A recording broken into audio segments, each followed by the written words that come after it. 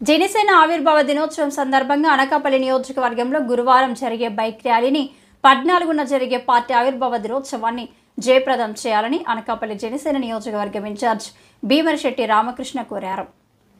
పట్టణంలోని రింగ్ రోడ్డులో జనసేన పార్టీ కార్యాలయంలో బుధవారం ఏర్పాటు చేసిన విలేకరుల సమావేశంలో ఆయన మాట్లాడారు. పార్టీ స్థాపించి 10 ఏళ్లు పూర్తయిన సందర్భంగా 14వ తేదీన కాకినాడ వద్ద ఉన్న చిత్రాడలో జరిగే వ్యవస్థాపక దినోత్సవంకి ఇక్కడి నుండి పెద్ద ఎత్తున వాహనాలు బయలుదేరి వెళ్లడం జరుగుతుందన్నారు. కార్యకర్తలు, అభిమానులు పేర్లు నమోదు చేసుకుని వ్యవస్థాపక దినోత్సవంకు బయలుదేరాలని విజ్ఞప్తి చేశారు. ముందుగా కొంతాల రామకృష్ణ గారు ఎన్నికల్లో చేసిన వాగ్దానం, పవన్ కళ్యాణ్ గారి ఆశీర్వాదం, ఈరోజు లోకాలమ్మ పండగ రాష్ట్ర హోదా ఇచ్చిన జీవో వీటి ఒక 10 నిమిషాల ముందు ప్రకటించడం జరిగింది.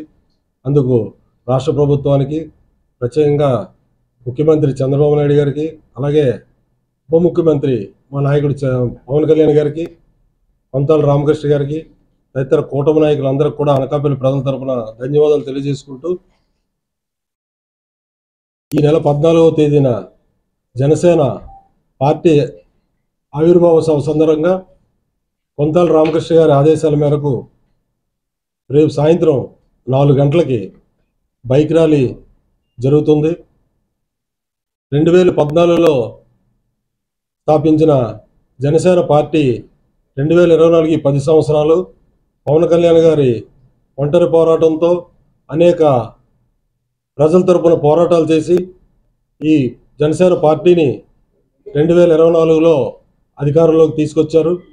రాష్ట్ర ప్రభుత్వ అధికారంలో రావడం కాదు, సెంట్రల్ గవర్నమెంట్లో కూడా ఆయన పాత్ర అందరికీ తెలిసిందే.